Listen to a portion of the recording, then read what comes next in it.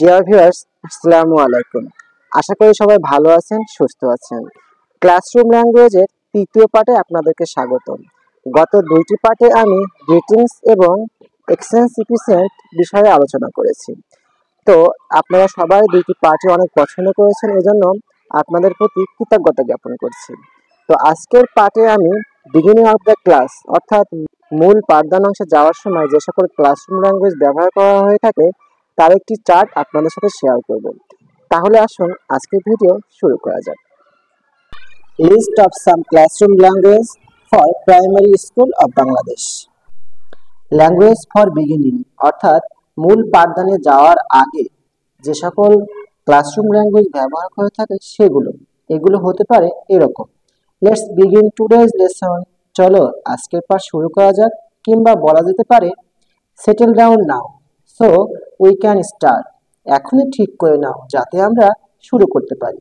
কিংবা একটু অন্যভাবে বলা যেতে পারে it's time to begin, please stop talking.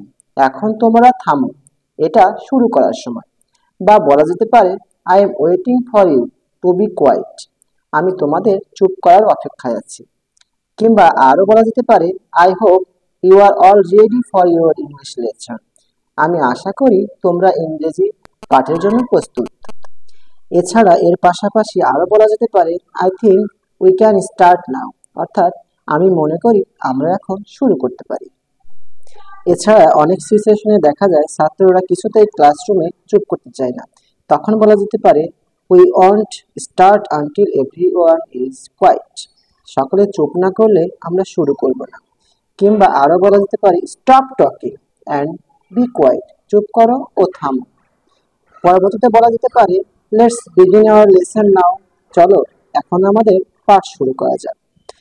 কিংবা ছাত্রছাত্রীদের কাছে জিজ্ঞাসা করা যেতে পারে is everybody ready to start, সকলে কি শুরু করার জন্য প্রস্তুত।